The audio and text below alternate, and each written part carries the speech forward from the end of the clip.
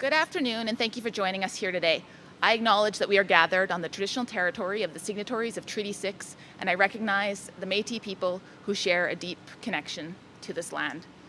I'm Janis Irwin, and I'm joined today by our fantastic leader, Rachel Notley, by Jay Cooling, and Nora Salem, who will share their experiences of trying to find safe, affordable housing in our city. We're in a housing crisis. It's reflected increasingly in the frequency I hear from residents like Jay and Nora on how they cannot find a rental in their price range, or how their rent is increasing 30, 40, 50%, and they cannot afford such a sharp increase. And according to a recent study published by the Centre for Policy Alternatives, full-time minimum wage workers living in major cities in Alberta, like here in Edmonton, can't even afford to rent a one-bedroom apartment. The situation becomes even more dire for vulnerable Albertans on social assistance programs, and we're seeing more and more unhoused folks in my riding of Edmonton Highlands, Norwood, and across this province. And in a province like Alberta, this shouldn't be happening. What this study clearly shows is that we need action from all orders of government. We need them all to come to the table and to find solutions. Increases to supply, increases to wages alone will not solely address the immense challenges that so many Albertans are facing. So, to tell them about their own stories and what they've experienced, I'll now pass things over to Jay. Thank you, Janis. I reached out to Emily Irwin's office about a week ago because I know nothing can or will be done on the issues unless folks like me are willing to speak out. So, I'm here to tell you things that I've gone through as a young adult that has lived here my entire life. And I am so disheartened by where we are now. I know finding affordable housing is challenging everywhere in Canada right now, and it seems to be getting worse and worse here in Alberta. Moving is stressful at any time, but trying to find a safe, affordable place to live seems nearly impossible now. With the ever-rising cost of rent, the long list of requirements to be considered eligible to even rent, the restrictions on pets, well, the list continues to go on. Not to mention the general rise in cost of everything like groceries, tuition, power, you name it. It's a lot. Since the beginning of May, my other half and I have been desperately searching for a new place to rent. And buying is completely out of the question as a 25-year-old nowadays. And although we have a decent monthly income, pretty good credit scores, really good references, we're still struggling to find somewhere affordable and safe. I'm a full-time university student, and my partner has a very good job. But when a rental company requires you to make 2.5 times what rent is, that is an insane ask in our current economic climate. In order to rent a one-bedroom for $1,100 a month, we need to be bringing in a minimum of $2,750. Well, with today's wages, that's nearly impossible, and I'm sure it is for a lot of other people out there. I am fortunate to have my partner who works extremely hard so that I can concentrate on my university studies. But even so, affordable housing should not be this hard to obtain. I have no idea how people who aren't as fortunate as me are even finding a place to call home at this point. No one should have to fight this hard for a decent place to live. The stress and anxiety, it takes their toll in the end. We're not looking for a penthouse or anything luxury or lavish. We don't need bells and whistles. We just want an affordable place to call home in a community which we feel safe in. And it doesn't seem like an outrageous expectation, but finding an affordable, safe place to live should not be this difficult or out of anyone's reach. But somehow it is. Thank you, Jay. Yeah. Thank you. Well said, Jay. Thank you so much for that. I would now like to invite Nora to share her experiences with us. Thank you, Janis. I also reached out to Emily Irwin's office this week to share some really shocking news about our rental situation. My partner and I have lived in the same townhouse in the Spruce Ave area for the past 6 years, and our rent has been steady at $17.25 a month. A couple of months ago, we got a heads up from our landlord that he was thinking of selling, and he would keep us in the loop as that progresses. We found out on Sunday that a realty group actually advised our landlord that the best thing for him to do would be to convert our basement into a separate unit, give us the option of staying in the top 2 floors, and raising our rent to $2,200 a month while charging $1,200 for downstairs and not giving us any say over who moves into the basement. This situation isn't affordable for us, and we obviously don't want to share our house with another person. So we've started looking for another place and have discovered it's absolutely nuts out there. We found some affordable options, but honestly, so far, nothing feels like it would be safe for either us or our pets, which have made it challenging as well to find a space. And I'm personally a small business owner. My partner is finishing his degree, so I'm not sure what exactly we're supposed to do at this point, how much more we're supposed to compromise, and how much more we're supposed to change our lives just to be able to live in a safe and affordable home. I get it from a business standpoint that this is the best financial move for our landlord, and I totally understand that this is market value, but just because something is market value doesn't mean it's ethical. We have a great relationship with our landlord. We know everyone really is just trying to cover themselves because there is a housing crisis, but there's an even bigger affordability crisis, and it's getting to a really, really scary place when people like my partner and I, who are working full-time and have dual incomes, find themselves in the position we're in.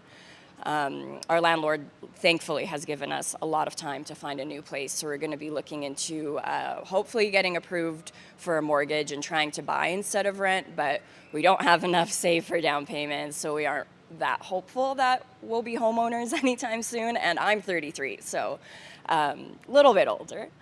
It's just becoming more and more difficult and frustrating to rent, but we're keeping an eye out right now for things that are popping up.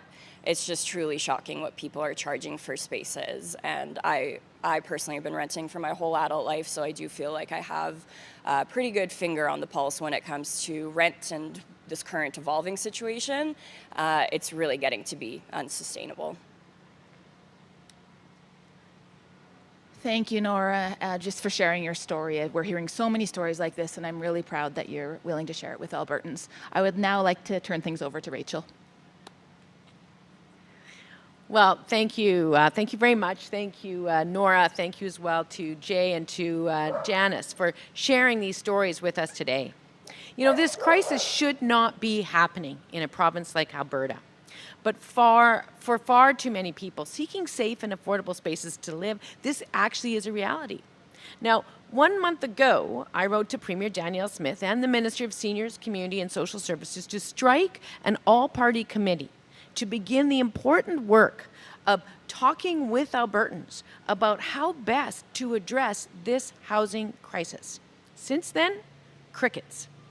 Now, what's more concerning are the statistics that we have seen recently released just a couple weeks ago by the UCP in their own annual report, which outlines this government's lack of investment into affordable housing units. In fact, that report shows that Danielle Smith and the UCP have cut the number of newly built and regenerated units by more than 1/2 in the last year. According to their report, in 2021 and 22, the number of newly built and regenerated affordable units invested in by the province was 912. Not exactly stellar. But this last year, that number fell to 415. We know we need more supply. We know we need swift affordability measures to help renters and homeowners keep a roof over their heads. We know we need more affordable units.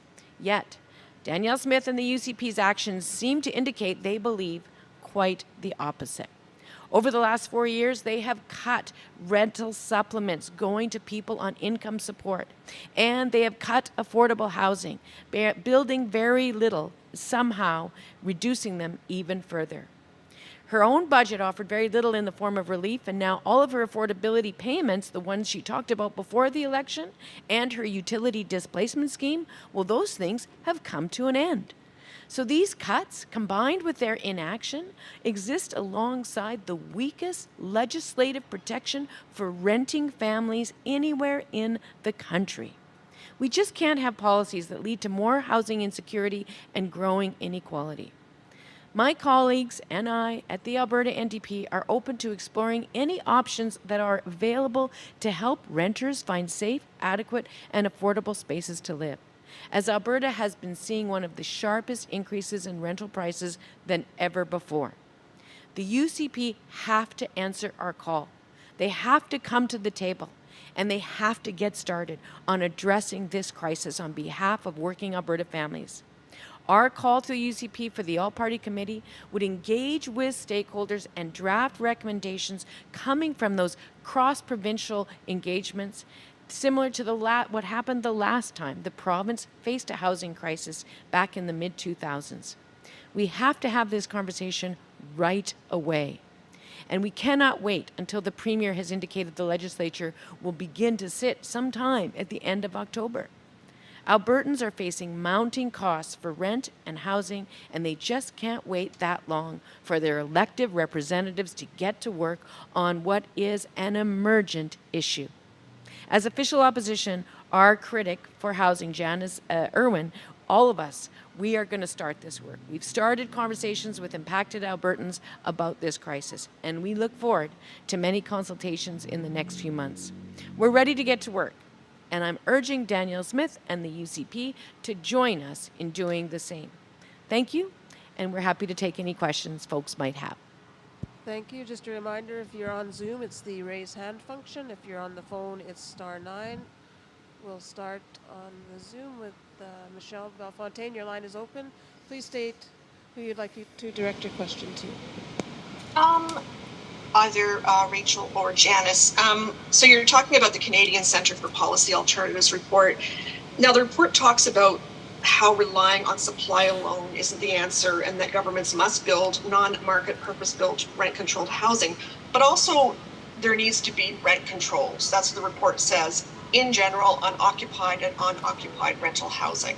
So what is your feeling on this? I mean, I know you keep talking about, let's have this committee, but what do you feel is the solution to this problem? Well, that's a very good question. So I think the solution is multifactorial. Let me begin with that. And I think that it is going to require a combination of cross-provincial efforts as well as targeted efforts. Now, with respect to the matter of rent control, there's no question that the CCPA is arguing for rent control. And it may well be something that we need to look at in Alberta, or at least in parts of Alberta. But quite honestly, what we need to start with is by having these broad-based consultations where we hear from all parties to this matter, where we get the best research and the best information in front of us. No question, we will probably hear from some developers who argue against it. We're open to hearing the arguments on all sides. But I also know that when we had this conversation in Alberta in the mid-2000s, an all-party committee then did recommend a period of temporary rent guidelines. And the fact of the matter is that Alberta is the only place in the country that doesn't use rent guidelines as part of their strategy to provide affordable housing for folks. So we cannot have situations where people like Nora are experiencing what amount to a 30% rent increase for less space in one fell swoop. I mean, that is going to be catastrophic for many families. So we need to look at the broad range of options and hear from experts in the area, including municipal experts, including panel planning folks, including developers, including anti-poverty advocates, including housing advocates. And I'm inclined to think that we're probably going to need something like that, but I don't want to prejudge either. What we do need is to get to work on this and come up with a set of recommendations that can be worked on and operationalized very, very soon. Do you have a follow-up, Michelle? Well, I guess if you're thinking, do you think the government needs to get back into the business of building affordable housing? I'm thinking specifically about the federal government, but perhaps the provincial government, because the feds used to build affordable housing like up to about 30 years ago. To be quite honest, yeah, I mean, the feds do some affordable housing now, And the provincial government has actually cut its investment in affordable housing. There is actually federal affordable housing money sitting on the sidelines in Alberta because this provincial government has refused to step up and pay and do their partnering on it. So the federal government could be building more affordable housing in Alberta right now if the provincial government would step up and match that funding. But generally speaking, housing is a shared responsibility, and I think that there is a significant role for the government of Alberta to be investing in affordable housing in certain communities, because we know that our housing costs are getting out of control in certain communities across this province, and we just can't allow this to grow, because if you're playing catch up, it's going to become more and more expensive, because we know that when people struggle to find affordable housing that amounts to essentially 1/3 of their income, that we end up with a whole bunch of other far more expensive problems as a result. Thank you, Michelle. Question? Sure, go ahead, Michelle. Okay, thanks, Donna. But I'm wondering, the current system relies on matching funding, right? So, you say you're a nonprofit, you want to build something, you got to get money from the federal government, you got to get money from the provincial government, and that money's conditional on getting, the money from the other orders of government, that kind of thing. Mm-hmm. It's very time consuming. So I'm wondering, given the breadth of the crisis we're seeing right now, would it be faster if the federal government just took over all of it and just started building houses? Like, just get going. I'm not here to try to put this problem off on the federal government. That's the premier wants to hide from her failure on this issue by doing that. That's fine for her, Michelle. But I'll tell you something.